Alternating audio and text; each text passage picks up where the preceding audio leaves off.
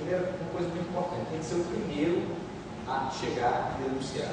Se eu for o segundo que for lá, eu não recebo nenhum benefício. Então, gera esse frigorismo mesmo entre os participantes, né, do cartão. Daqui a fundamentação legal, basicamente é isso. Tá? Só para a gente finalizar, tá? Outro exemplo de lista de trouxa, a restrição vertical. O que é restrição vertical? A imposição de um fornecedor a outro fornecedor. E a gente tem o exemplo da Ambev, você vê. O cara possivelmente não tomou os cuidados devidos no ato de concentração, e aí permite que a Ambev, né, com o seu poder, faça outros ilícitos antitruste. Esse foi o programa Tô Contigo, ficou muito famoso. O que era esse programa Tô Contigo? A Ambev chegava para os pontos de venda, né, para os bares, e dizia o seguinte: ó, você só vai vender cerveja Ambev, Antártica, Skol, enfim, Stella, por aí vai. Só vai vender o meu grupo Ambev. E aí, a cada caixa de cerveja, e aí, obviamente, eles ofereciam estímulos. Né? Se eu aderisse ao programa Tô Contigo, a cada caixa de cerveja que eu vendesse enquanto bar, eu ganhava um ponto. E aí, na soma dos pontos, eu podia trocar por prêmios. Aqui eu tenho alguns prêmios. Você vê desde prêmios básicos, né? Como calculadora, caixa de isopor, enfim, outras coisas, até prêmios mais significativos, como televisor, fogão, né? Tinha até um escalonamento maior, motocicleta, geladeira, obviamente, a depender da quantidade de pontos, né, que eu fiz. Isso é um ilícito antitruste, tem uma restrição vertical chamada de upstream. Você vem de cima para baixo. O fornecedor, né, acima obriga os comerciantes a só fornecer o seu produto, eliminando assim a concorrência. Né? Tem até a situação desse indivíduo aqui, que foi o delator, né, lá no processo, que ele até chegou a explicar para a Ambev que ele não poderia deixar de vender a Kaiser porque tinha um contrato com a Kaiser de publicidade e tudo mais, e aí ela permitiu que ele tivesse só uma ou duas caixas de cerveja da Kaiser durante todo o mês. Então, você vê que é uma coisa absolutamente insignificante, né, no fornecimento de cerveja. Outras infrações econômicas, você tem a restrição horizontal, essa restrição pode acontecer entre concorrentes, é parecido com o cartel, a diferença aqui é imposto, não é eu que vou aderir ao cartel, eu tenho a imposição de aderir àquela conduta. Você tem também o abuso de posição dominante, né, o abuso do poder do mercado. Tem um preço predatório, esse preço predatório até ficou famoso aqui no Fortaleza, quando chegou a Drogaria São Paulo, né, porque o preço predatório é praticamente um preço abaixo do custo variável médio da minha produção, da fornecimento do meu serviço, e obviamente isso no primeiro momento pode ser muito bom para o consumidor, porque pagando muito mais barato. Mas aí o grande objetivo do preço predatório por isso que não é predatório, predar os meus concorrentes, não vou quebrar os meus concorrentes que não conseguem acompanhar esse preço que eu estou praticando, porque eu estou tendo um efetivo prejuízo, mas eu tenho estrutura para ter isso. E aí depois que eu predar, depois que eu quebrar os meus concorrentes, ou a maioria dos meus concorrentes, eu assumo uma posição dominante e posso praticar, né, o preço que eu venho vendendo. Além disso, qualquer ato, tá, pode caracterizar a lista antitruste desde que tenha a potencialidade de gerar aqueles efeitos do artigo 20. Certo? Bom, aí tem a mudança na SBPC, o projeto de lei que está em tramitação para aprovação. Tem muitos benefícios que podem advir desse projeto, mas o nosso sistema antitruste ainda tem muitos desafios, tá? Sobretudo o desafio que eu falo sempre, que é da conscientização da população. Um tema ainda muito ignorado, muito pouco conhecido, pouco debatido. Poucas são as pessoas que falam em direito antitruste, falam em defesa da concorrência, sobretudo nas regiões norte e nordeste. Você não escuta muito falar disso por aí. Tanto que, inclusive, é importante ressaltar, não só pelo segmento, né, o nosso presidente sabe também aqui, mas pela iniciativa pioneira da Ordem dos Advogados aqui na seccional do Ceará, de criar, né, a Comissão de Estudo e Defesa da Concorrência. Nós somos a única comissão de todo o norte e nordeste da Ordem dos Advogados voltada para essa temática específica. Sem dúvida, né, o nosso interesse é contribuir para a disseminação da ideia aqui. Inclusive, quem tiver mais interesse na temática, tiver alguma sugestão, alguma denúncia, pode entrar em contato aí comigo e então buscar a comissão. Eu agradeço a atenção de todos, né, e vamos abrir aqui para os debates.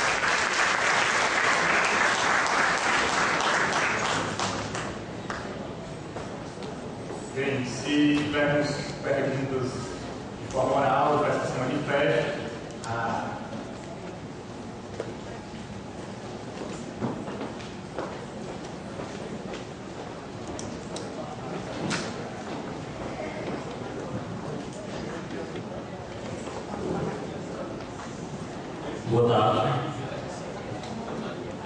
Eu queria primeiro dar um exemplo que no município de Sobral, na região norte, existe uma empresa de grande porte, a Grêmio, que é do Rio Grande do Sul, inclusive, em que, para atraí-la, o município de Sobral ofereceu incentivos fiscais, se não me engano, 10 ou foi 15 anos. E, então, fazendo isso, trouxe vantagens muito grandes para a própria Grêmio. E eu imagino que nenhuma outra empresa do mesmo ramo se atreveria a entrar em conflito, porque, de certa forma, seria prejudicada devido aos benefícios oferecidos à Grêmio. Então, eu acho que feriria a questão da livre concorrência. Porém, temos que olhar também que, devido a isso, a Grêmio necessita de muitos funcionários e, salvo engano, engloba cerca de 30 mil funcionários da região norte, as proximidades. Então, eu queria entender o que levaria à consideração de um princípio em detrimento do outro. Basicamente isso. Muito boa a pergunta do nosso colega, agradeço a participação. Eu gostaria de destacar, assim, nesse ponto que você falou, um exemplo concreto, que torna até mais fácil a compreensão, é bastante interessante porque você entra aí numa situação conflituosa. Se eu tenho a defesa da concorrência, a necessária concorrência entre os agentes de mercado, mas pode ser que eu não tenha nenhum agente de mercado ali. É uma região que não tem nenhuma empresa do ramo de calçados, por exemplo. E aí eu sou o gestor, o prefeito, o governador do estado, eu quero desenvolver aquela região, eu quero atrair empresas para aquela região. Então eu tenho que usar de subsídios para que essas empresas venham, não só a mão de obra barata, não só a facilitação da localidade, mas os incentivos fiscais servem justamente para atrair essas empresas. E aí tem a função de gerar esse desenvolvimento econômico. Infelizmente, a história mostra que muitas vezes essa estratégia se mostra como um tiro no pé. E é muito comum acontecer o seguinte: a empresa recebe 10 anos de isenção tributária. Ela vem para cá, monta o seu maquinário, monta a sua estrutura, gera emprego, desenvolve, mas aí acabou a isenção, ela vai embora para outro estado, para outra região, que está oferecendo outro tipo de isenção para ela. Então aí deixa aquele vácuo ali no mercado. Então, nesse momento, quando você tem esse conflito entre princípios, com princípios constitucionais dentro da mesma hierarquia, você tem que agir sempre com o princípio da proporcionalidade, porque eu não tenho nenhum princípio mais importante do que o outro. Então, vai depender do caso concreto, da minha avaliação, enquanto aplicador, enquanto gestor, para identificar a necessidade e a viabilidade desses incentivos, até onde vai, até onde eu posso ir. Porque se eu ferir demais a livre concorrência, eu posso, num curto prazo ou longo prazo, impedir que outras empresas que poderiam vir para aquela região venham, porque eu tenho aquela empresa privilegiada. E aí fazer com que no futuro essa empresa privilegiada vá embora em busca de novos privilégios. Então temos que cercar de muitos cuidados no momento de tomar uma atitude como essa, que sem dúvida não pode ser importante. Você tem também vários casos, inclusive aqui no Ceará, na Grandeirinha, onde a empresa que persistiu, gerou emprego, gerou desenvolvimento, você tem sem dúvida esses efeitos positivos que não podem ser ignorados, mas é uma tarefa realmente árdua, difícil, da decisão a ser tomada no momento.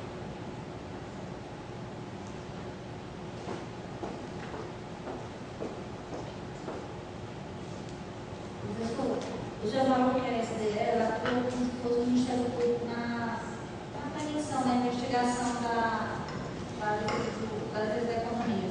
Eu gostaria de saber se, para que seja feita uma investigação, algo assim, é necessário qualquer pessoa que se acha, por exemplo, prejudicada no consumidor, ela, sem provas específicas, ela delate para algum órgão desse tipo sobre essa possível cartel, essa investigação vai lá à frente ou precisa de provas mais específicas? Ok. Muito boa pergunta. A SDE ela pode até investigar ex officio. Se ela identifica que tem ali algum ilícito, uma potencialidade de ilícito, vai promover uma investigação. Mas é muito importante e o mais comum, na verdade, é que as empresas façam a denúncia. Se eu sou concorrente, acho que naquele mercado está tendo um cartel, está tendo um abuso de posição dominante, eu vou lá e faço a denúncia da empresa que eu acredito que esteja cometendo esse ato. Então é mais comum, mas eu, enquanto consumidor, também posso fazer isso. Ainda é muito arcaico, vamos dizer assim, um sistema pouco desenvolvido. Poderia ser mais integrado, acho que o Fábio destacou que poderia ter uma integração simbiose maior entre, por exemplo, os PROCONs, o Sistema Nacional de Defesa do Consumidor e o Sistema de Defesa da Concorrência, porque muitos ilícitos, muitas reclamações do consumidor podem levar a comprovações, a indícios muito fortes de ilícitos antitruste. Mas, de qualquer forma, a gente tem, pelo menos no site do Ministério da Justiça, o que denúncia. Você pode ir lá e fazer uma denúncia.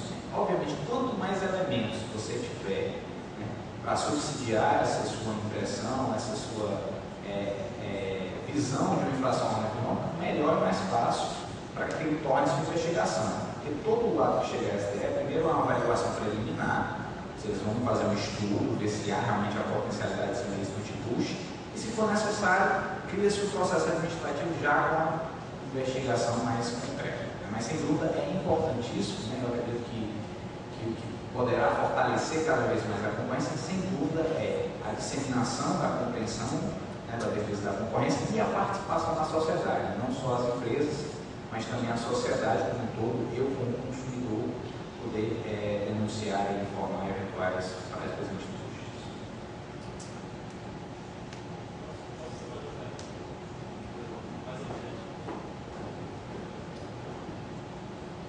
Tomando também como referência o caso concreto, no município de Xanguá, na cidade de Abarra, há muitos anos já se vê claramente questão de cartel, por conta dos postos de gasolina. Sempre o mesmo preço e tal, se não me engano, R$ 2,90 atualmente.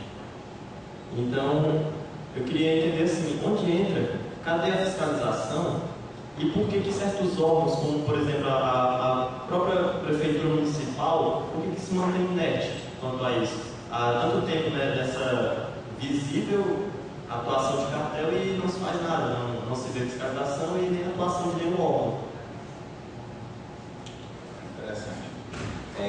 Antes de tudo, é importante destacar que o cartel também é um crime tipificado no Código Penal. Tá? Então, eu tenho uma punição do âmbito administrativo, mas posso ter também uma punição penal. Então, o Ministério Público ele pode também atuar nessas situações de cartel.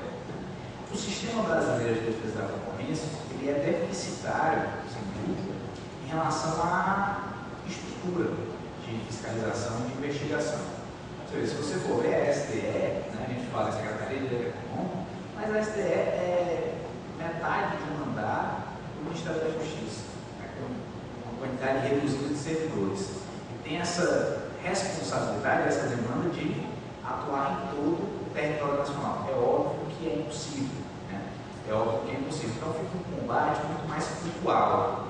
A STE ela tem muitos casos, mas é uma coisa mais pontual. Você não vê que não é uma coisa estruturada, uma coisa recorrente, sobretudo em regiões fora do eixo sul-sudeste. Aqui no norte e nordeste a gente tem pouquíssimos casos de atuação de antitruste.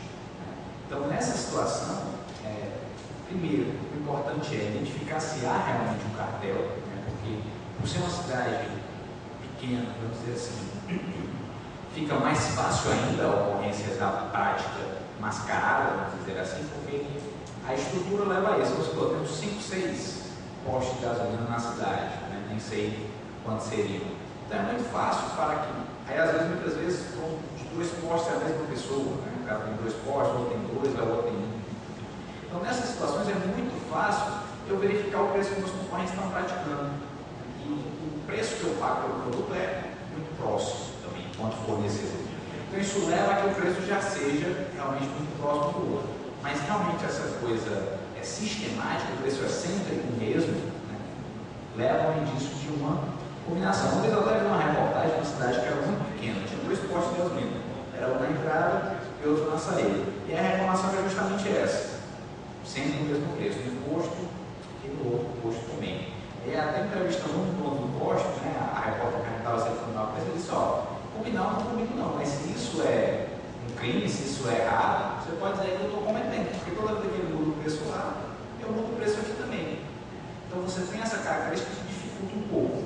Agora, sem dúvida, reconheço, seria mais necessária uma estrutura por parte do Sistema Brasileiro de Defesa da Concorrência para investigar e para punir situações como essa. E aí o próprio Estado também tem um papel nesse sentido, né? A gente não pode negligenciar, de repente uma secretaria da prefeitura poderia investigar e até se armar de subsídios de elementos para levar as autoridades instituídas, né, o Sistema Brasileiro de Defesa da Concorrência, levar ao Ministério Público para que os responsáveis pela conduta, né, em ela ser comprovada, sejam efetivamente punidos. A participação da sociedade também. Amém. No projeto de lei 900, Na verdade, o número original é 587. existe algum questionamento sobre a questão desses monopólios naturais ou eles vão permanecer? O projeto vai questionar isso ou tem alguma coisa no projeto questionando? Eles continuam porque é uma necessidade natural. Né? Enfim, o que acontece? Tem a regulação, né? A regulação foge da legislação antitruste. Agora, ocorrendo um ilícito antitruste, né, por parte de um monopólio natural, tanto a agência reguladora pode e deve agir, como também o Sistema Brasileiro de Defesa da Concorrência. Uma coisa não exclui a outra. Tá? O SPDC, identificando que aquela empresa que deve ter um monopólio natural age com abuso do poder, ou faz uma restrição vertical, ou pratica um preço predatório, né, enfim, não sei, alguma ilícito antitruste desse tipo, pode e deve punir a empresa com as punições cabíveis. Agora, se tem um tratamento específico, aí realmente eu fico te devendo essas coisas, mas eu acredito que não.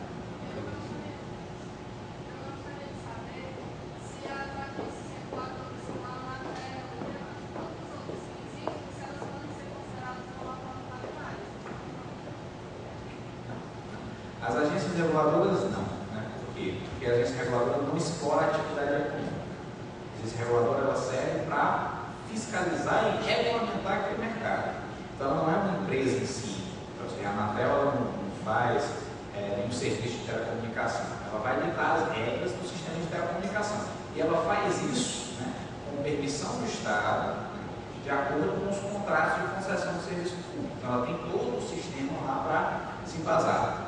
Existem muitas situações, até o Fábio falou aqui, de agências reguladoras serem tanto permissionárias, vamos dizer assim, né, e não atuarem de maneira tão efetiva. E aí pode ser um problema de gestão da agência. É muito comum a reclamação de que a agência reguladora ela está sendo gerida por alguém que tem uma empresa na área, que já atua na área, então seria uma pessoa, vamos dizer assim, usa seu termo, capturada pelo mercado, que tem influências externas e não tem uma isenção para aplicar as medidas cabíveis. Aí sim, você pode ter falta de isenção, né, e falta de gerenciamento adequado da agência reguladora, mas é dizer que ela consiste no monopólio, não porque ela não explora a atividade econômica.